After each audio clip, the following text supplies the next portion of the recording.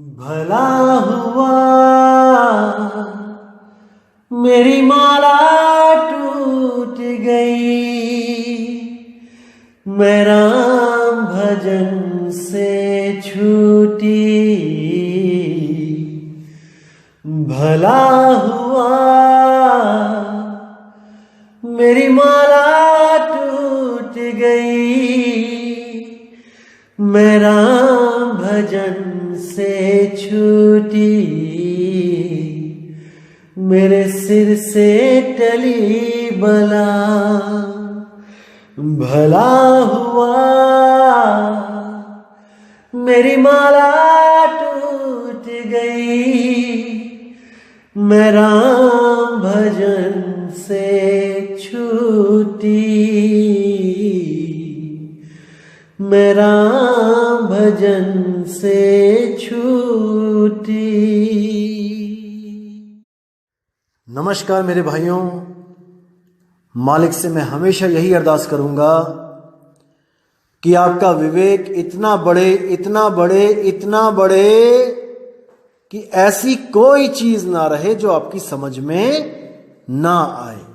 मेरे बिना भी, जब मैं ना भी रहूं तब भी ये विवेक हमेशा आपके साथ रहेगा और हर चीज में आपकी मदद करेगा, हर वाणी को समझने में आपका साथ देगा। इसलिए मैं केवल यही चाहता हूं कि आप सब मेरे भाइयों का विवेक इतना बढ़ जाए कि कोई भी जो आज के संत महात्मा जो आपने देखे हैं, जो केवल भ्रमित करके आप लोग का गलत यूज करते हैं, वो ये काम ना कर पाए। आपको कोई भ्रमित कर ही ना पाए वाणियों का नाम लेके। मैं ऐसा भेदी बना देना चाहता हूं आपको कि हर चीज आपके पास हो, हर चीज आपको पता हो। क्योंकि मार्केट में जब भी कुछ लेने जाया जाता है तो उस चीज के बारे में पूरी नॉलेज होनी चाहिए, ताकि आप धोखा ना खा जाओ। जैसे आप किसी छोटे बच्चे को मार्केट में आपने भेजा भिंडी लाने के लिए, तो वो दुकान पे जाके कहीं पे भी लेगा भिंडी, तो दुकानदार कभी नहीं कहेगा कि हमारी भिंडी जो है खराब है, हमारे पास जो सब्जी है वो भिंडी खराब है। नहीं, वो कहेगा ले जा, बढ़िया है, अच्छी है। लेकिन बच्चे के पास परख ना हो तो वो क्या करेगा? वो ज्यादा से ज्यादा क्या करेगा? वो देखेगा कि यहाँ पे छोटा साइज पड़ा है और इधर बड़ा साइज पड़ा है और बड़ा ही अच्छा होता है। बड़ी बड़ी भिंडी लेके आएगा, कराड़ी सी। क्योंकि हमारे दिमाग में आज तक यही बात डाली गई है कि जो ज्यादा है वो अच्छा है। कम को तो हम लोग सोचते ही नहीं कि हमें कुछ कम मिले, हर चीज में ज्यादा ज्यादा ज्यादा। कोई समोसा भी देगा हमें तो हम चुन लेंगे कि कौन सा वाला बड़ा पीस है। कोई रसगुल्ला खिलाएगा, 4 प्लेट 5 प्लेट होंगी तो बड़े वाला देखेंगे, बड़ा वाला कौन सा है। इसी तरह बिना परख के वो बड़ी बड़ी भिंडी जब घर लेके चला जाएगा तो उसकी मम्मी डांटेगी उसको कि भाई ये क्या लेके आ गया,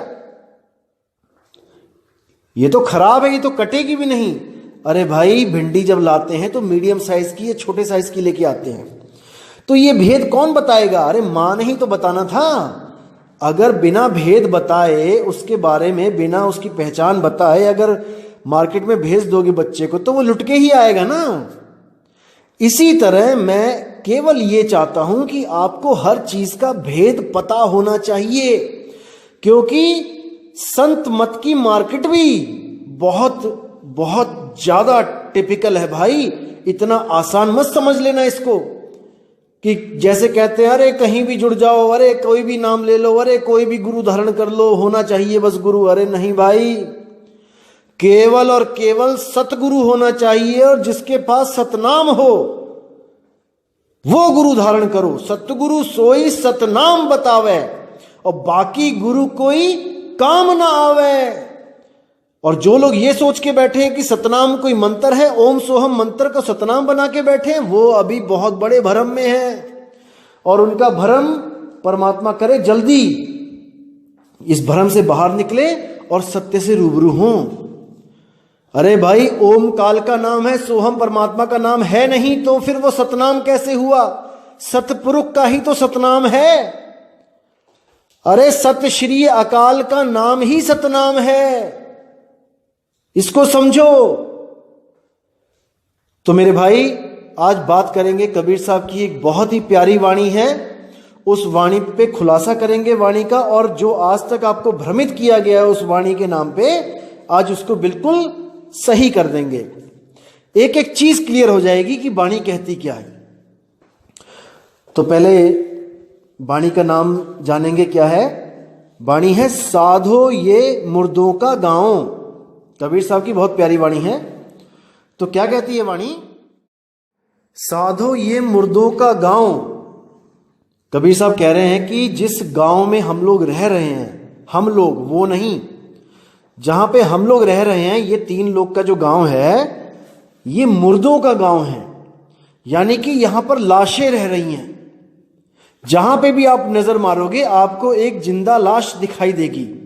जिंदा लाश का मतलब क्या है कि एक शरीर दिखाई देगा जो है तो लाश, लेकिन केवल और केवल जीव के सटे होने के कारण, उस आत्मदेव के सटे होने के कारण ये आपको जीवित दिखता है कि जैसे ये जिंदा है। देखो सांस ले रहा है, देखो चल रहा है, देखो पलके झपक रहा है, देखो खा रहा है, पी रहा है। ये लाश केवल तब तक जिंदा है भाई जब तक आत्मदेव का साथ है, जब तक सुरती में इसमें खेल रही है। और जैसे ही सुरती निकल जाएगी ये एक लाश की ढेरी जमीन पे गिर पड़ेगी। तो क्या कहते हैं? साधो ये मुर्दों का गांव, पीर मरे पैगंबर मरी हैं जिंदा जोगी। कि बड़े बड़े पीर औलिये यहां पे आए, बड़ा बड़ा प्रचार किया उन्होंने, बड़ी बड़ी संगतें इकट्ठी करी, लेकिन वो भी मारे गए, कोई नहीं बचा। पीर मरे पैगंबर मरी हैं जिंदा जोगी।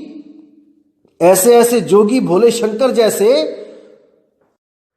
पतंजलि योगी जैसे बड़े बड़े ऋषि मुनि जो योग करते थे, श्वासों की साधना करते थे, श्वासों को रोकते थे ताकि श्वासा खर्च कम हो और हमारी उम्र बहुत लंबी हो जाए, तो वो भी नहीं बचे।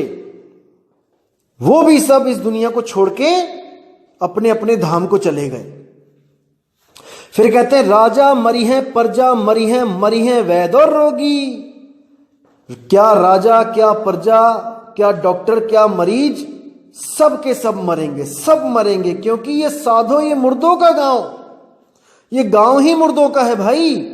यहां पर अगर कोई सोचता है कि मैं जीवित हूं या मैं जीवित रहूंगा, तो ये एक भ्रम है भाई, सपना है, बहुत जल्दी टूटने वाला है। इसलिए इस सपने के टूटने से पहले पहले उस सत्य को जान लो, ताकि जब ये सपना टूटे तो तुम्हारी सुरती उस सत्य में समा जाए, उस सतनाम में समा जाए, उस सतपुरुष में समा जाए, उस सार शब्द में समा जाए, जिससे आपको दोबारा किसी सपने में ना जाना पड़े। नहीं तो आपको बार बार यही सपना आएगा और बार बार एक जीवन में आओगे और बार बार मर के महादुख पाओगे। तो इसको समझो। आगे क्या कहते हैं? चंदा मरी है, सूरज मरी है धरनी आकाशा, और 14 भुवन के चौधरी मरी हैं, इन्हू की क्या आशा। यानी कि चंदा, सूरज, ये जितने भी हैं, धरती, आकाश, ये सब ये एक दिन खत्म होंगे, क्योंकि ये एक दिन ऐसा था जब नहीं थे, और जो पैदा हुआ है वो उसका तो नाश होना ही होना है। केवल आत्मदेव के सिवा हर चीज पैदा होती है भाई। ये ब्रह्म भी पैदा होता है, निराकार भी पैदा होता है। उस आत्मदेव के अलावा हर चीज मरेगी, कोई बचाने वाला नहीं है। साइंस भी कहती है कि धीरे धीरे धीरे चांद और सूरज, ये सब इनकी उम्र घट रही है। एक दिन ऐसा आएगा जब ये भी नहीं होंगे। कई अरबों खरबों तारे जो कभी अस्तित्व में थे आज वो नहीं हैं।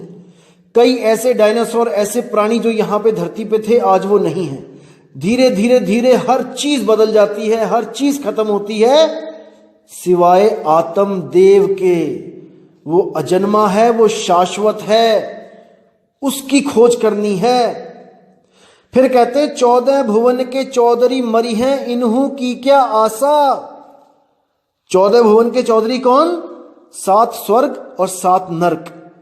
इन 14 भुवन के चौधरी ये भी एक दिन मरेंगे। इनकी क्या आस करूं मैं? नहीं, साधो ये मुर्दों का गांव, साधो ये मुर्दों का गांव। अब कहते हैं 9 हूं मरी हैं, 10 हूं मरी हैं सहस 88 और 33 कोट देवता मरी हैं बड़ी काल की बाजी। 9 हूं मरी हैं यानी कि 9 अवतार जो दुर्गा माता के थे, 9 शक्तिपीठ। ये भी कहते हैं कि ये भी इस दुनिया में आए, अपनी लीला रची और इस दुनिया को छोड़ के चले गए। वो भी नहीं टिक पाए हमेशा के लिए। आज उनकी केवल मूर्तियां हैं, वो नहीं हैं। 10 हूं मरी हैं, जो 10 अवतार हुए हैं वो भी एक दिन मरेंगे। सब आए यहां पर, अपनी अपनी लीला रची और यहां से सब चले गए। 9 हूं मरी हैं, 10 हूं मरी हैं सहस 88। सहस 88 ऋषि मुनि आए, वो भी अपना अपना कर्म करके इस दुनिया से चले गए। आगे कहते हैं 33 कोट देवता मरी हैं और बड़ी काल की बाजी। आप गीता का जो 11वां अध्याय पढ़ेंगे, उसमें जब विराट रूप दिखाया गया अर्जुन को, तो उसमें देखिए क्या लिखा है। अर्जुन कहता है, हे महाराज, आपके बड़े बड़े दांत, बड़ी बड़ी आंखें, मुंह खुला हुआ, इनको देख के मैं भयभीत हो रहा हूं महाराज, मुझ पर दया करो, आप कौन हो? तब वो बोला कि मैं कालों का काल महाकाल हूं। और अर्जुन जब वहां पे गवाही देता है कि मैं आपके मुंह के अंदर बड़े बड़े ऋषि मुनियों को, देवी देवताओं को प्रवेश करता हुआ देख रहा हूं और आप उनके सिरों को चूर्णित कर रहे हैं, चूरा बना रहे हैं, खा रहे हैं। तो उसी की गवाही देते हुए कबीर साहब यहां पे लिख रहे हैं कि 33 कोट देवता मरे हैं और बड़ी काल की बाजी। वो जो काल है वो किसी को नहीं बख्शता। यहां पे कोई भी अमर नहीं है, नहीं है, नहीं है। अगर कोई अमर होता तो आज भी वो यहां पे हमें दिखाई दे रहा होता। युगों युगों से कोई भी अमर नहीं हुआ। हां, एक काम जरूर हुआ है कि उम्रें लंबी हुई हैं। कुछ लोग आप देखोगे जो द्वापर में भी दिखेंगे आपको कहानी में, और त्रेता की कहानी में भी आपको दिखाई देंगे, जैसे परशुराम हैं। तो ये लोग सिद्ध साधक होते थे और ये लोग जो हैं ये वैज्ञानिक होते थे, ये केमिस्ट्री पे बिलीव रखते थे और इन्होंने कुछ तत्वों के द्वारा उनकी जो एटॉमिक संरचना होती थी उस पे वो लोग रिसर्च करते थे और उनके द्वारा लिखे हुए बड़े बड़े ग्रंथ आज भी यहां पे मौजूद हैं। कोई अमेरिका ले गया, कोई जापान ले गया और वो लोग इस पे सर्च कर रहे हैं, रिसर्च कर रहे हैं। मुझे एक भाई मिला, जब मैं भ्रमण पे था, तो आगरा का रहने वाला है वो, और वो मरकरी पे रिसर्च कर रहा है कि मरकरी के द्वारा ऐसा केमिकल बना रहा है वो, जिसको यूज करने के बाद जितनी उम्र मरकरी की होती है उतनी ही उम्र इंसान की हो जाएगी। लगे हुए हैं सब। ऋषि मुनियों ने सोने के साथ, सोने का उसको जला के भस्म बनाया और उससे वो कई कई युगों तक जीवित रहे, कई कई सालों तक, हजारों वर्षों तक जीवित रहे।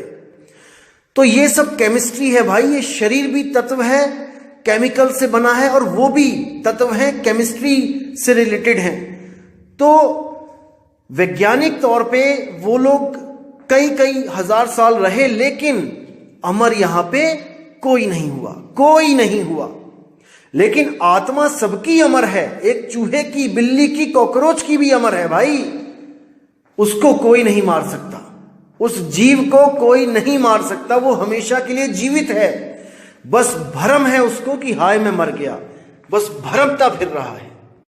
उसी भ्रम को तोड़ने के लिए सतगुरु बंदी छोड़ इस दुनिया में आते हैं और अपना नाम नहीं जपवाते कि मेरी पूजा करो, जैसे बाकी जितने भी आते हैं यहां पे सब यही कहते तो मेरी शरण में आ जा, तो मेरी शरण में आ जा।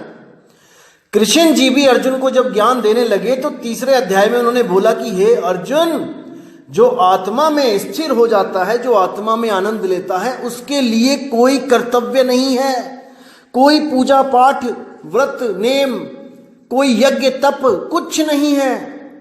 अरे वो तो स्वयं ही मुक्त है। लेकिन जब देखा कि अर्जुन नहीं समझ पा रहा है इनको, तो उनको ये बोलना पड़ा कि तू मेरी शरण में आ जा। अगर तू आत्मज्ञान को प्राप्त नहीं कर पा रहा है, तू मेरी शरण में आ जा, मैं तुझे अपने लोक को ले चलूंगा, ब्रह्मलोक को ले जाऊंगा। मैं वहां पे कुछ समय बिताने के बाद तुझे वापिस इस दुनिया में आना पड़ेगा, लेकिन कुछ तो ऐश्वर्य भोगेगा ना भाई मेरे लोक में, क्योंकि वो उसका बहुत प्रिय था। इसलिए जो आत्मज्ञानी होता है वो किसी लोक में नहीं जाता है, वो अपनी आत्मा में स्थित हो जाता है। समझो इस चीज को। साहिब कहते हैं लोक अलोक शब्द है भाई, और जिन जाना तिन संशय जाई। वो लोक अलोक वो शब्द ही है। जब गुरु आपको शब्द का लखाव करते हैं तो आपकी अपनी सुरती को शब्द में ही लगाया जाता है, खुद के शब्द में, अपने ही शब्द में आपने अपनी सुरती लगानी है।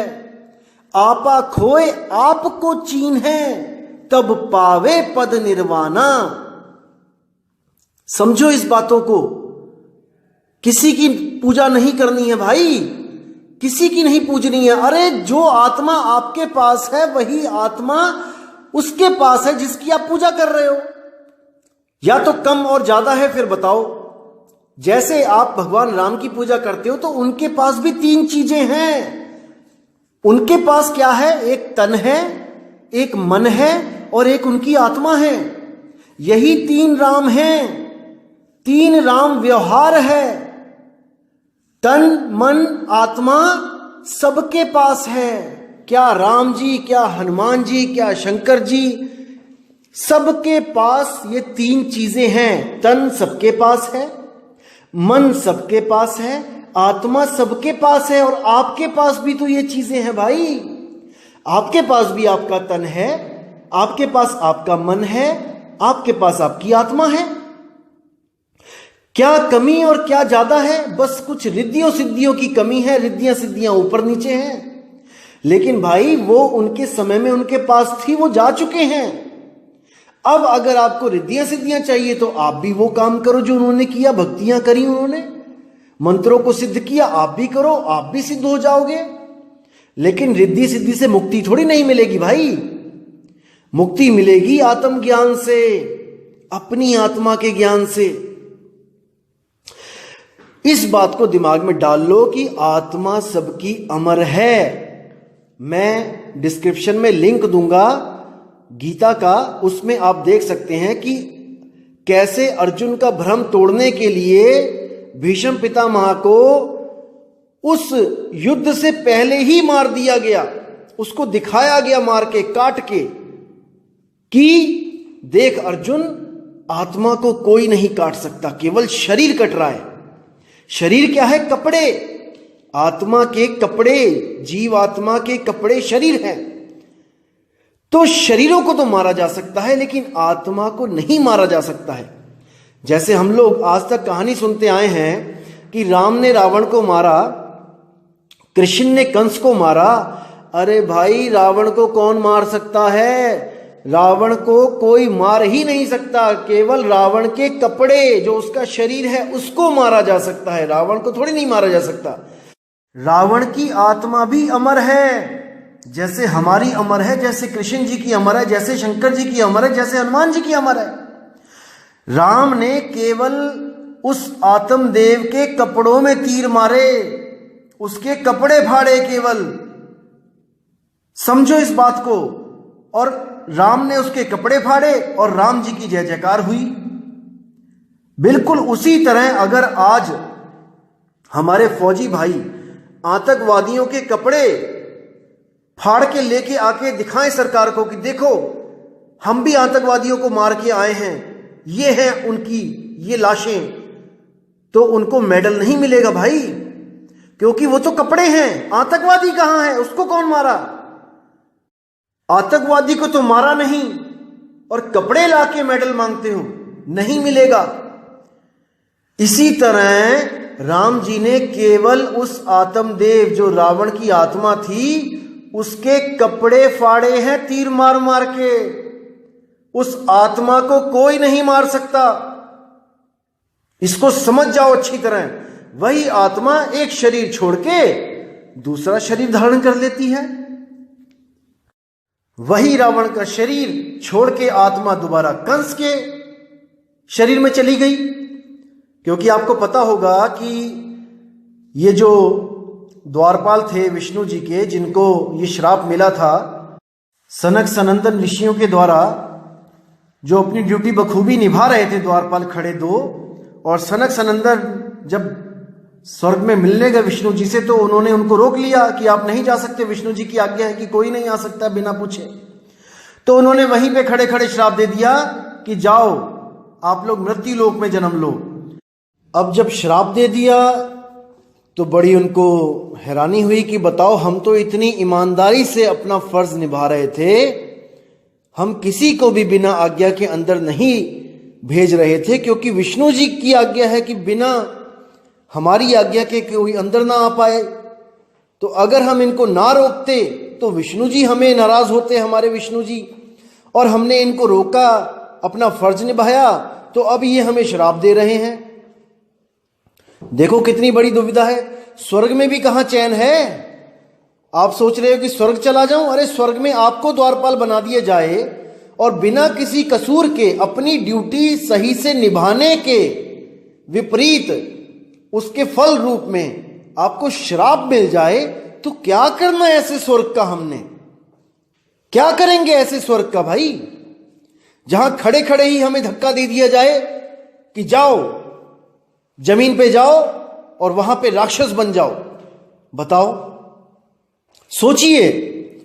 अब जब श्राप मिल गया तो विष्णु जी को बुलाया उन्होंने कि महाराज जी बचाओ हमें, इन्होंने श्राप दे दिया हमें।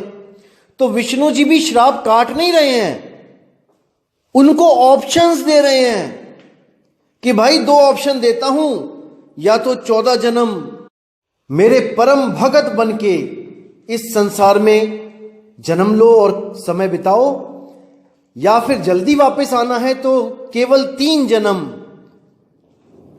राक्षस बन के, मेरे कट्टर दुश्मन बन के उन जन्म को बिताओ और मेरे पास वापस आओ। अब वो दोनों सोच में पड़ गए कि 14 जन्म आपसे दूर रहना पड़ेगा, ये बहुत ज्यादा है, चलो 3 जन्म राक्षस बन जाते हैं। देखो कुछ ऐसा कोई काम नहीं किया उन्होंने कि उनको राक्षस बनाया जाए।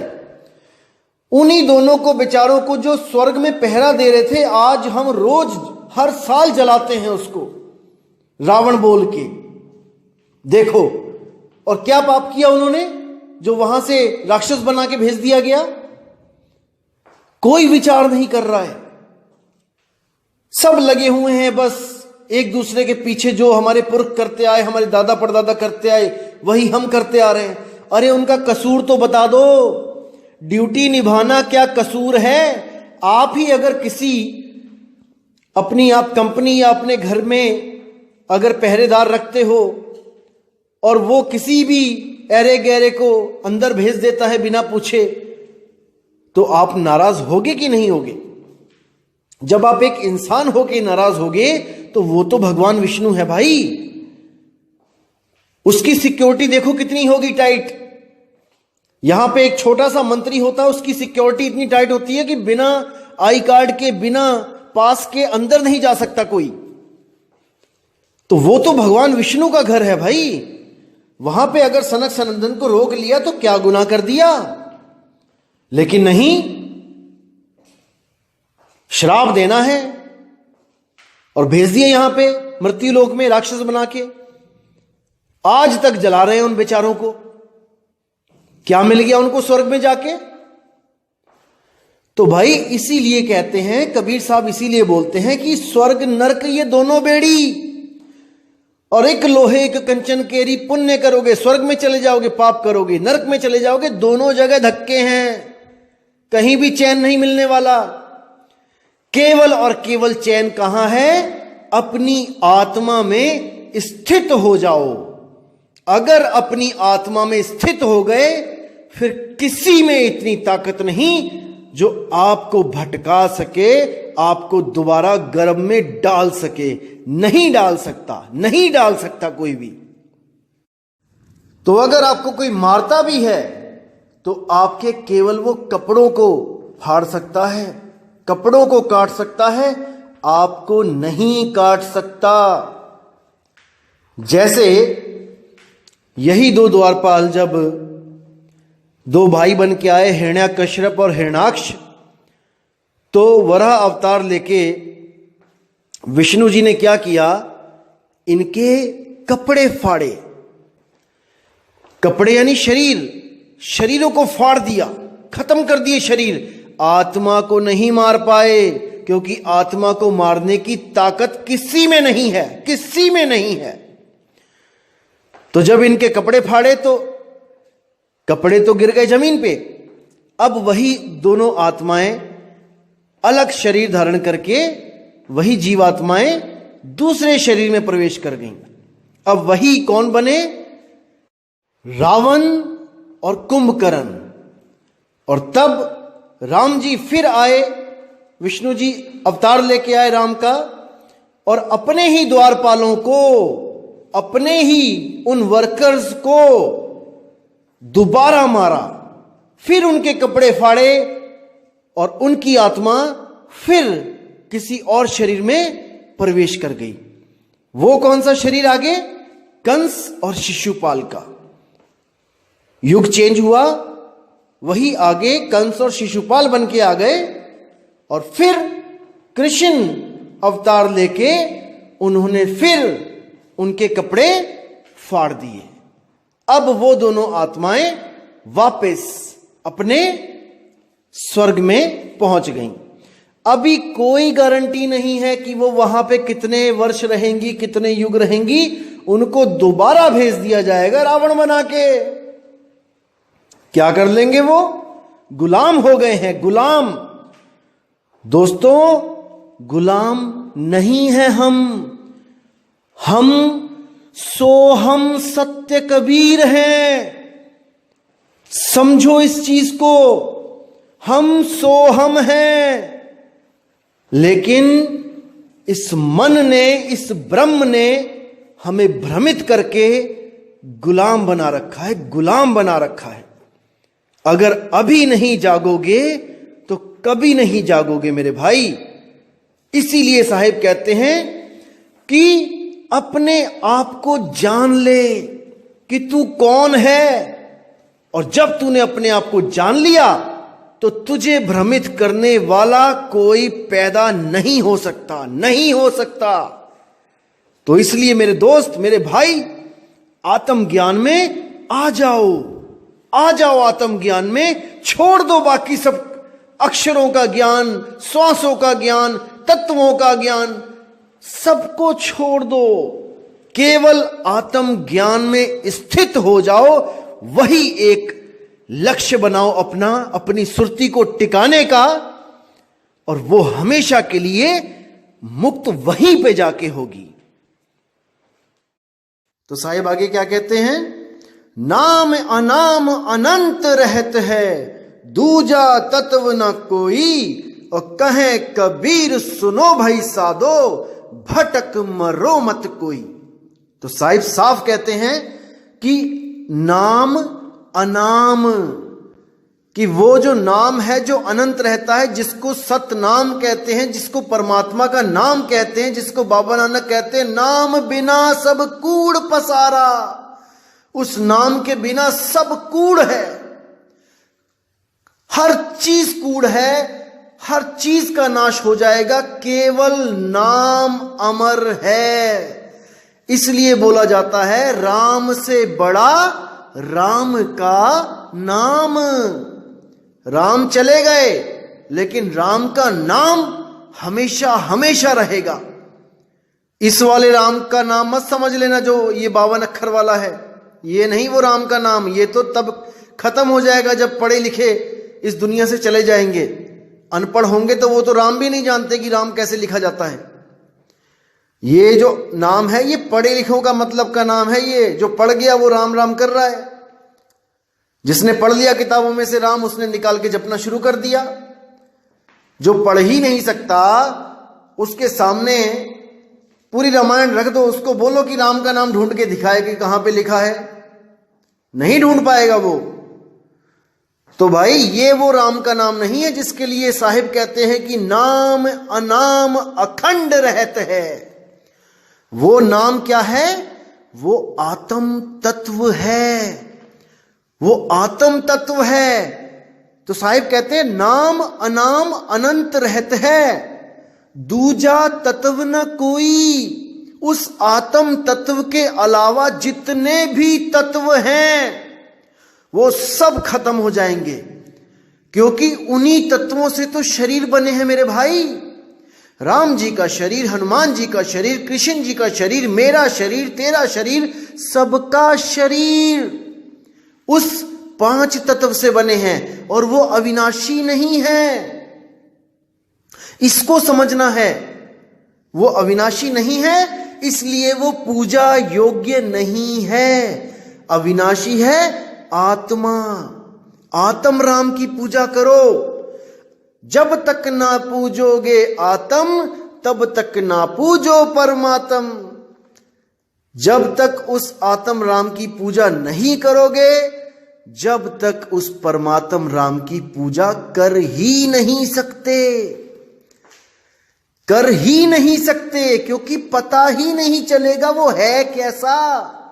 पूजेंगे तो बाद में, पहले पता तो लगे कि पूजा करनी किसकी है।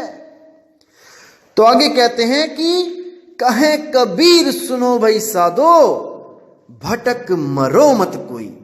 कि मेरे भाई, आप हिंदू हो, मुसलमान हो, सिख हो, ईसाई हो, कबीर पंथी हो, नानक पंथी हो, घीसा पंथी हो, दादू पंथी हो, कोई भी पंथी हो, इससे कोई फर्क नहीं पड़ता। सत्य सबके लिए एक है, सत्य एक है। कोई ये ना सोच के बैठे कि कबीर पंथी अपने आप को ऊंचा होने के लिए हम लोग को नीचा बता रहे हैं। नहीं मेरे भाई, वो नाम आपका भी अखंड है, वो नाम मेरा भी अखंड है, लेकिन हमने उस नाम को प्राप्त करना है, ना कि ओहम सोहम को जपना है। समझो इन बातों को। एक जन्म मिला है मेरे भाई, अगर इसमें नहीं विवेक लगाया तो 84 लाख में भ्रमण करना पड़ जाएगा, इतना समझ लो। तो इसलिए मैं कह रहा हूं मेरे दोस्त, मेरे भाई, कि हमने उस तत्व को ढूंढना है जो अनंत रहता है। नाम अनाम अनंत रहत है। इसको आप ऐसे मान के रखो कि आत्म तत्व अनंत रहत है, दूजा तत्व ना कोई। कहे कबीर सुनो भाई साधो, भटक मरो मत कोई। वो अनाम है, नाम अनाम, उसका कोई नाम नहीं है। कोई कहे कि उसका नाम ओम सोहम है तो नहीं है, कोई कहे कि उसका नाम कृष्ण या कबीर है तो नहीं है, कोई कहे उसका नाम नानक या दादू है, नहीं है, उसका कोई नाम नहीं है, लेकिन उसके ही सारे नाम हैं। इसको जानो, इसको समझो, क्योंकि हम लोगों ने उस तत्व के अनंत नाम रख दिए हैं। अरे कृष्ण कबीरा एक हैं, कहन सुनन में दो, और दो करके वो जानते जिन्हें सतगुरु मिला ना हो। वो सतगुरु जब मिलता है वो आत्म ज्ञान देता है। कृष्ण में भी आत्मा है, राम में भी आत्मा है, मुझ में भी आत्मा है, आप में भी आत्मा है। हमने एक दूसरे की पूजा नहीं करनी है, हमने उस आत्म राम की पूजा करनी है, आत्म राम की पूजा करनी है मेरे भाई। उसी को प्राप्त करने पर आपकी सुरति स्थिर हो जाएगी, एक जगह टिक जाएगी। उसके बाद ये जितना भी 84 का भ्रमण है ये हमेशा के लिए खत्म हो जाएगा, हमेशा हमेशा के लिए। सोच के देखो एक बार कि आप मुक्त हो गए हो, मुक्ति मिल गई है, वाह क्या बात है। अरे इंसान जन्म तक में हमें सुख नहीं मिल रहा है, 84 में तो ऐसा दुख है कि सोच भी नहीं सकते, सोच भी नहीं सकते। जंगलों में शेरों के बीच में पैदा हो जाओगे हिरन बनके, भाई भगा भगा के मारेंगे और कोई बचाने वाला नहीं होगा। जो कोई खड़ा भी होगा तो वीडियो बना रहा होगा आपकी। देख लो नेशनल ज्योग्राफिक चैनल्स में क्या हो रहा है, डिस्कवरी में क्या होता है। गाड़ियों में इंसान खड़े होते हैं, शेर उनके सामने पकड़ लेता है हिरन के बच्चे को, लेकिन वो बचाते नहीं है, वो फोटो खींचते हैं केवल। तो मेरे भाई उस समय को याद करो जब 84 में चले जाना है, बिना भक्ति के, बिना उस सच्चे शब्द के। तो उससे पहले मेरे भाई उस शब्द की परख कर लो, परख लो कि तुम्हारे गुरु ने तुम्हें कौन सा नाम दिया है। क्योंकि कोई भी गुरु ये नहीं बोलेगा कि वो अधूरा है, ये आप देखोगे, आप परख करोगे कि मेरे गुरु के पास किस नाम का, किस शब्द का भेद है। क्या 5 नाम है, क्या 3 नाम है, या 1 नाम भी है तो क्या वो बोलने वाला है? 52 अक्षर नाम है जो तब पैदा हुआ है जब ये 52 अक्षर पैदा हुए हैं। तो मेरे भाई कल्याण नहीं होगा, नहीं होगा। ऐसा नाम चाहिए जो अनाम है, अनंत है, अनादि है। ये दुनिया भी नहीं बनी थी तब भी वो नाम था। उस नाम की बात करते हैं संत महात्मा, उसको जानना है। तो दोस्तों मैं पूरा विवेक आपको देना चाहता हूं, हर चीज आपको क्लियर करना चाहता हूं कि कोई भी अधूरा गुरु आपको भ्रमित ना कर पाए, आपकी जिंदगी के साथ खिलवाड़ ना कर पाए। ये खुद तो घूमते हैं हवाई जहाजों में आपके पैसों से और आपको फेंकते हैं 84 में, क्योंकि मरने के बाद आप इनका कुछ नहीं बिगाड़ पाओगे। जीते जी पकड़ो इनको, जीते जी अभी पकड़ो इनको कि ये कितने पानी में है, ये कितने ज्ञानी है, ये किस शब्द के भेदी हैं। अभी पकड़ो इनको, तुम एक बार निकल जाओगे शरीर से, मौत हो जाएगी, इनका कुछ नहीं बिगाड़ पाओगे मेरे भाई। अभी इनको आईना दिखा दो कि तुम क्या नाम लेके गुरु बने हुए हो। अभी मौका है, फिर नहीं मिलेगा। तो दोस्तों इसी के साथ मैं विदा चाहूंगा और मैं परमात्मा से अरदास करूंगा कि आपको इतना विवेक दे, इतना विवेक दे कि कोई आपको मूर्ख ना बना पाए। अरे बहुत बन लिए, युगों युगों से बनते ही आ रहे हैं। अब नहीं, अब नहीं, अब नहीं, अब नहीं। तो मेरे प्यारे भाइयों, अब मैं आपसे विदा चाहूंगा। जय गुरुबंदी छोड़ वैराग साहिब जी की, जय गुरुबंदी छोड़ मदन साहिब जी की, जय जय गुरुबंदी छोड़ सतगुरु सत्य कबीर साहिब जी की सदा ही जय हो, सदा ही जय हो। साहिब बंदगी सतनाम, सतनाम।